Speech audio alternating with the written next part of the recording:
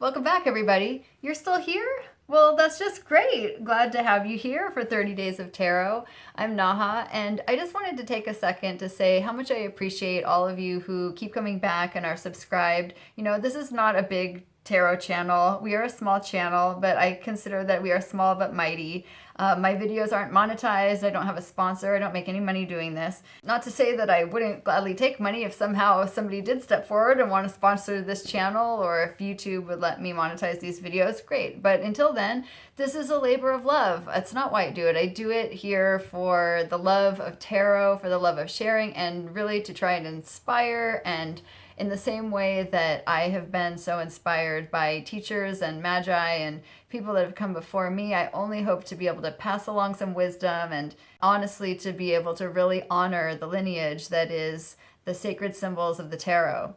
So today's going to be fun because I thought, I was looking at this giant pile of unopened tarot decks that I still had to get to, and I also wanted to do a Q&A, and I just thought that we're going to have to combine some things together so that I can get through some stuff a little bit quicker. So what we're going to do today is a little bit of a haul video, and this is actually all items that came from the same place. It's one of my little secrets that I'm going to be sharing with you, one of my favorite places to get decks from, a place that you might not have thought of.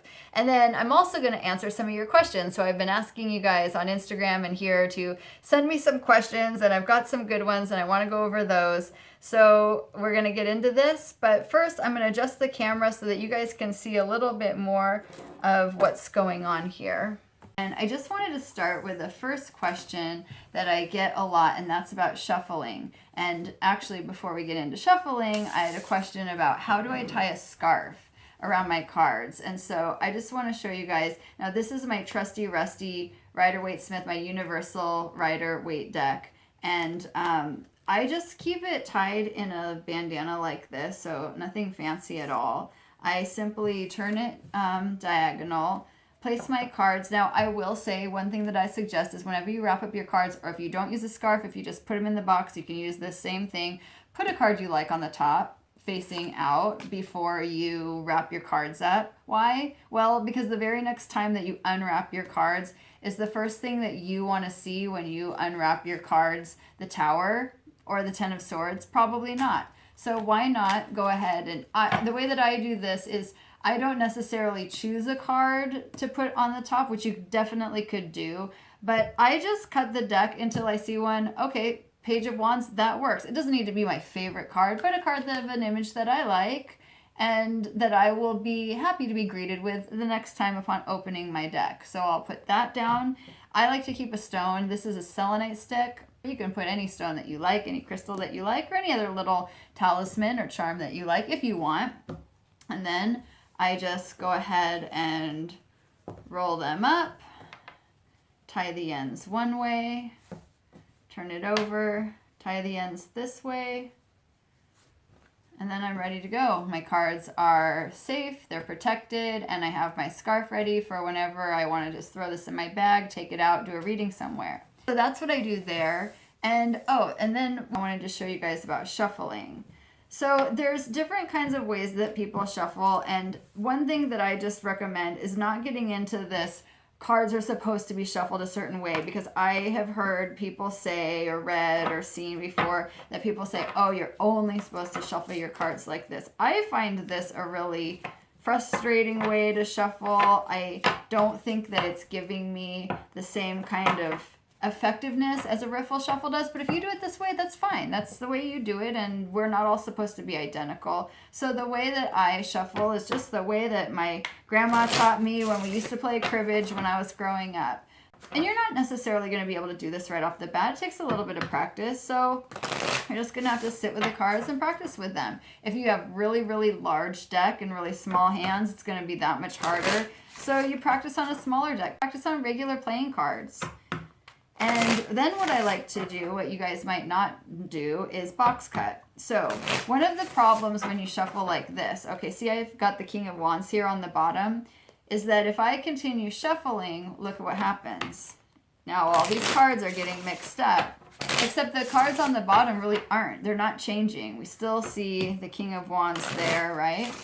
So to alleviate that problem, you can do what's called a box cut. And to do a box cut, you hold your cards in one hand, your non-dominant hand, and you're just going to take your other hand. I'm just holding these kind of with my 3 fingers. I put my pinky on the end here and my thumb on this side. I'm going to take with my other hand just about these many cards off the top. I'd say it's about less than a quarter of the deck, probably about a fifth of the deck. I just pull those off and set them down, and I do it again. I pull off another about fifth or quarter of the deck, set them down, do it one more time, and then place the last cards on top. So when you do that quickly, it looks like this. And then you can go ahead and shuffle again. And by doing that, you're mixing up the order of the cards so that you don't always have the same card on the top or the same card on the bottom. So you can shuffle a couple of times, and then you can box cut. And then you can shuffle again, and then your cards are going to be good to go. And you just shuffle until they feel right. It doesn't have to be any shuffle 7 times or whatever. If you have your way you like to do it, then do it that way. But I just shuffle until I feel like my cards kind of let me know we're ready. And somebody had asked the question, do I always draw from the top or do I ever draw from the middle of the deck? Well, the way that I do it is that once my cards are shuffled, if I'm doing the reading myself, I cut. If I'm doing the reading for someone else, I have them cut, and always with a non-dominant hand. So I'm right-handed, so I'll cut with my left hand. By cutting with my left hand, it's an expression of just being able to be receptive to whatever the cards want to say. I'm not directing my will, saying I want some specific message to come out. And then I just simply deal off the top of the deck. And some people have a question about, well, once I turn the card over, is it upright or is it reversed? If it's facing me, if it's facing the other person. And again, it's going to be different depending on you. The way I read facing me. So if someone's sitting here getting a reading, I don't read the cards reversed facing them. I just look at how they are. My brain can't put all that together. How they come out to me is how they are. And then the question people have is, well, if I'm turning over the card, aren't I changing whether it's upright or reversed? And so then people do this. They turn the card this way as though not to change what's upright. And my take on that is this. The upright or reversal is simply how the card lands when it hits the table. Quantum physics would say until the cards are laid on the table that everything is up for debate anyway. So instead of worrying about, well, was the card in here upright and then I changed it by the way that I lifted the card off the deck, if I turned it this way or if I turned it kind of awkwardly this way, don't get all worried about that. Turn the cards over in whatever way feels natural to you. For me, it's natural to turn cards over like this. So for other people, it might feel more natural to turn them over this way. But take into account if the card is upright or reversed when you look at how it's landed on the table, not how it may have been when it was still not even showing, and then how it was when it was halfway through the air. Look at it, how it lands on the table. That's where it is either upright or reversed. I also got the question about how often I change my deck, and to be quite honest, I almost always read with that same Kazanlar deck when I'm reading for clients at work, and I try to cycle in other decks. I brought that Antiquarian deck in for a while. There's another deck, it's called the Tarot of Prague. I'm going to be showing that to you guys soon, and it's kind of an alternate deck that I like to use once in a while, but I always end up going back to my tried and trues.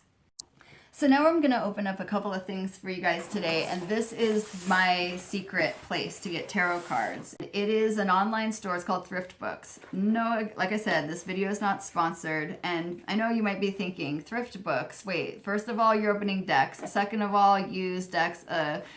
Now, they advertise themselves as the world's biggest online thrift store, and I have found that a lot of times occult books that I'm looking for that are out of print, esoteric things, spiritual things that I can't find anywhere else, or that are super expensive on eBay or Amazon, try looking on this Thrift Books website, because sometimes you can find things on there and it's like they don't know what they had, and so they just didn't overprice things. And I've gotten so many really good rare books on there for just a couple of bucks. Now, they also sell tarot decks, and they sell new tarot decks. So sometimes, yes, you can buy things that are used on there, but I've been able to get my hands on some tarot decks that I couldn't find anywhere else, and they were brand new, and they came from this web store, Thrift Books. So you're welcome. I hope you guys go on there, and probably then you're going to be going like, oh my god, I just spent way too much money. But you're going to get things for less than you're going to pay elsewhere. Their stuff always comes like this. So I'm just going to go ahead and rip all of these open at once, and then we'll see what I've got here.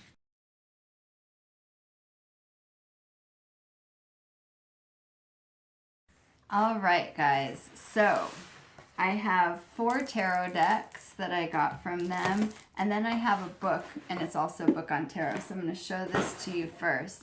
This is called The Lost Envoy, and it's the tarot deck of Austin Osman Spare. And if you don't know who he was a turn of the century, 20th century occultist, an Englishman, and he did a lot in the way of things like automatic writing and sigil making, and he came up with like his whole own magical method. He worked for a little while with Aleister Crowley, and then just went on to do basically his own thing. And I believe that what this is that it was a tarot deck that he designed, and it's like the deck that he made for himself. So he hand illustrated this deck. This is very, very cool. There's a photograph of him at his home there. Some of the cards which he created, and as I said, he had his totally own way of doing things. I'm kind of surprised they haven't actually reproduced this deck. Actually, I mean, maybe they have or maybe they will, but for now we see it in this format, so you can go through and read all about it, and there's just tons of information in here. Now, what's cool, if you take a look at this, you can see how the different cards line up, the images connect together. Isn't that cool? And it says 4 cards within the deck are recombinable in different ways to form various circular embellishments containing human figures and symbolic objects. This was his deck that he created in 1906, and the cards are reproduced here actual size. So I'm really excited to read this, and so I got that at Thrift Books, but as you can see, it was totally brand new. And then here are all these decks. First of all, I've got the Golden Dawn Tarot. I know a lot of people might be surprised that I didn't already have this deck, but I didn't. And you can see these are all sealed. They're not somebody's Goodwill donations.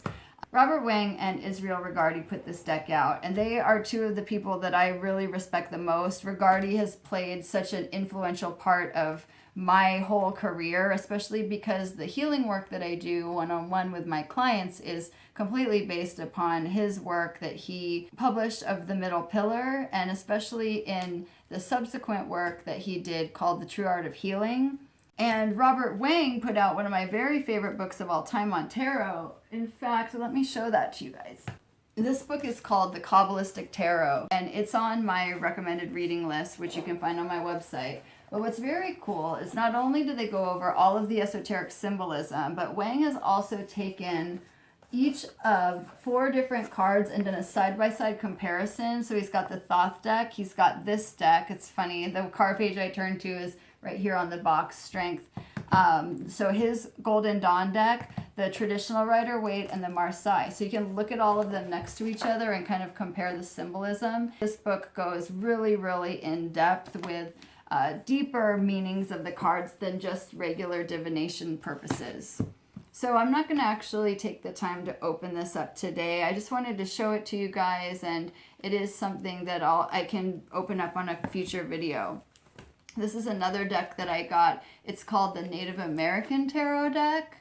And there's a few different Native American decks for sure. The one deck of cards is not tarot, but oracle deck. The medicine cards is a really popular Native American deck. I just thought that the imagery on this one looked really cool. I'll show you guys on the back. There's Warrior of Vessels. So I look forward to getting into this. Now this says it was created by Magda Weck Gonzalez of Shawnee heritage and illustrated by her husband. Oh, isn't that cool? J.A. Gonzalez. The cards feature Native American history, symbolism, and folklore, including material related by a Blackfoot medicine man, Harry Sparrowhawk. And so I thought that that was going to be something beautiful and interesting to work with. Now these last 2 decks I actually am going to open up. So this first one, as you can see, is the Borderless edition. Oh, isn't that cool? So this just came out last year. This came out in 2017. And I've actually seen some of my students have this deck. And I thought maybe they had cut the borders off themselves, which is something that you can do. And I actually got the little corner cutting tool. I saw that on Hermit's Cave. And that's another really great tarot channel if you haven't checked him out. But it turns out they just made this edition, and it says that this was, US Games put this out last year. So let's take a look.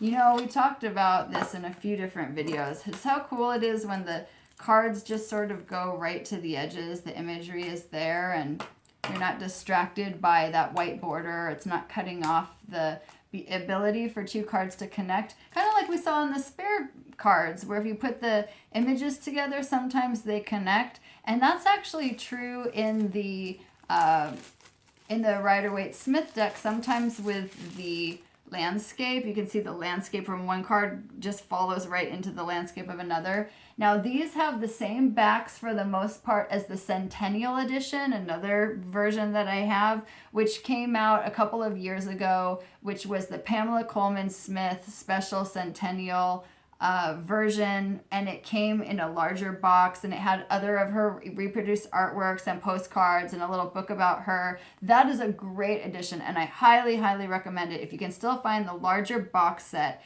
it is worth the money. The only feedback I heard why some people didn't like that deck is because it was very antique looking, so it has sort of that darker patina, and some people like the brighter popping colors.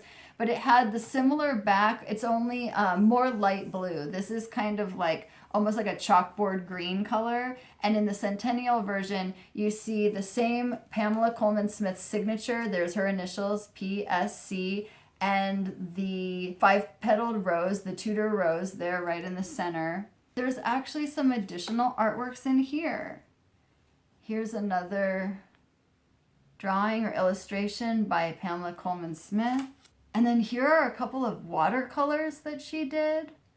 You know, you can find other artwork by her. She's illustrated children's books, and a lot of this stuff is getting reprinted. So if you search for other works illustrated by Pamela Coleman Smith, you will be able to find that. And actually, a really amazing book was just published by Mary Greer. It just came out, and that is Pamela Coleman Smith, The Untold Story. So if you want to read a brand new biography of hers that just came out, that's available. Here's another image. And then here's the cards. There's the Fool with no borders. And here's the Magician. Now, I don't know. This is kind of weird because look at this. Does this look strange to you? Sure, we have no border, but why is this kind of hanging in the air? That seems weird to me. It almost looks like they maybe could have done a little bit better job with that. Okay, let's see what else. So I'm not exactly sure how they did this. Now here's another version where we normally see this cut off, and now we can see this curvature. So I don't know if they went in and illustrated what was beyond these edges. It's not like they just cut off the borders. It's like they extended the image beyond the border. I think that ultimately they're very cool. I just wonder, I'm not seeing any others so far. Now this doesn't seem like they extended beyond the border, does it? I feel like you guys will be able to get the feel more just when I spread them, out like this, how much different that is to have no borders on these cards. And while they do have a little bit of an antiqued look to them, they are not as dark as that Centennial version. So you just really get so much more of the whole image there. But I have to say that I don't know that I'm really super happy with the printing on these. They're a little bit weird. Like, you know, sometimes when you see the offset at printing and the lines and the colors don't totally match up, I doubt you'll be able to catch this on camera, but see, on camera it just looks totally beautiful. But if you look at this up close, you can see that the white of the stars is sort of overlapped with the blue of the sky. Color-wise, I like them. Printing-wise, I don't know. It seems like actually most of these look fine. Maybe it was just that one card. There's the Ace of Pentacles. Overall, I'm happy with these. They have a really nice kind of like feel to them as well. So that is the Borderless Rider-Waite deck. Exciting, right? And I love that I got some little bonus cards in there. Now, this last deck that we're going to open up, as I said, it's also a Rider-Waite, and this is the Universal Transparent Tarot. I have no idea. I just never saw this before, saw it on Thrift Books, and said, okay, let's check it out. And this was published by Lo Scarabeo, but made in Belgium. Huh. Okay, I thought all their decks were made in Italy, but what do I know? These 78 transparent cards can be overlapped for an extraordinarily profound and widespread vision of destiny. All right, let's see what they did here.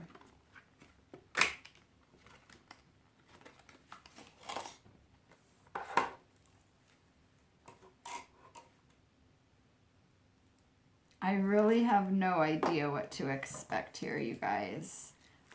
And I can already see they're kind of like this plastic. I'm going to bring you guys closer to look at this.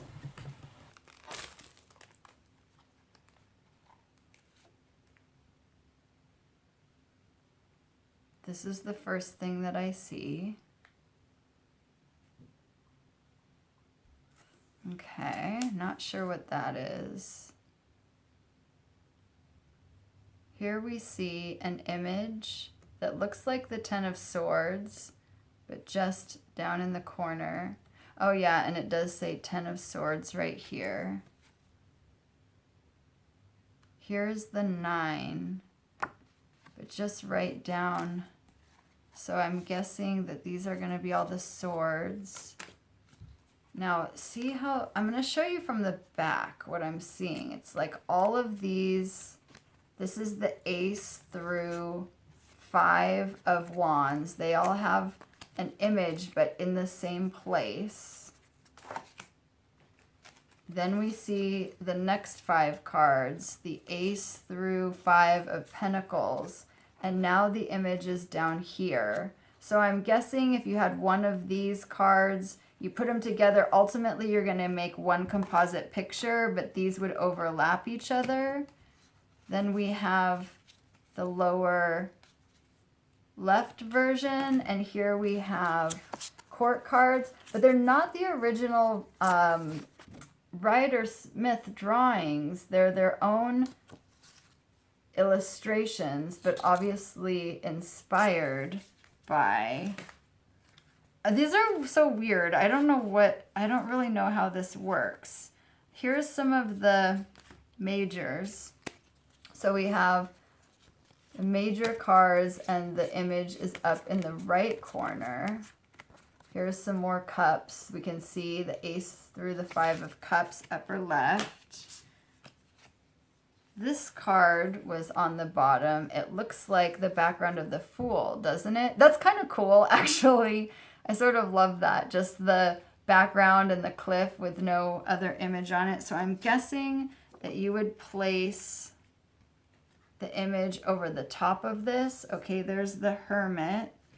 And then we could place, there's the Ace of Pentacles, the Ace of Wands,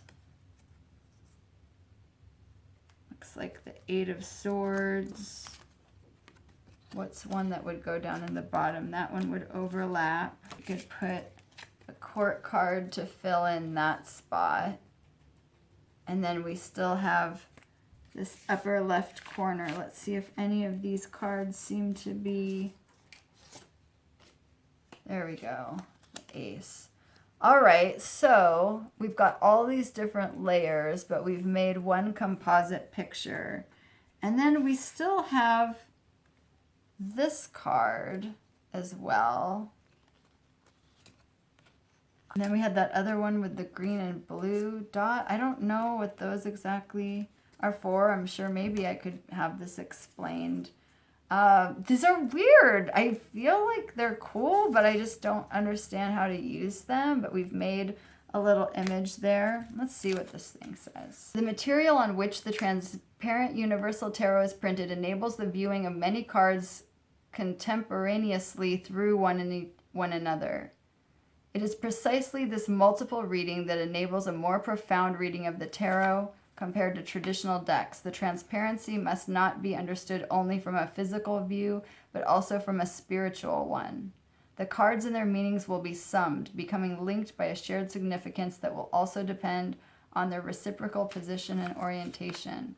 There's what seems like a rather complex method here of doing this reading. Image set, figure 7. Okay, so the key to interpretation, which is this one, divides the reading into 2 quadrants, the upper quadrant in green and the lower quadrant in blue. I don't know, guys. This is not exactly what I expected. As I said, I didn't know what to expect. But it's not just that the cards are printed on this clear material. It's that there's this whole specific way of using them. I'm going to have to play around with this. I'm definitely going to have to read the book and see how this is done. I think this is cool, but it's just like so strange to me too that I'm not even sure how exactly to use it. But I like the concept. Today was kind of like an overload a little bit, but we had to get through some of these things. And like I said, I would really like to share some of these other decks with you guys in the future, but all in due time, right? At the end of 30 days, the channel's not going to be over, so we can still explore what we didn't get a chance to look at today. So I hope this answered a few of your questions, gave you guys some cool things to think about, some new perspectives, especially on some old ideas. And if you guys want, go on that Thrift Books shop and see what you find there. Again, my recommended reading is on my website, as well as tons of other resources for you. And I appreciate, again, you guys being here so much. I've really, really enjoyed reading your comments, and you're welcome to still leave me questions, and I'll try to get to them in these coming weeks. And I will see you guys tomorrow. Bye.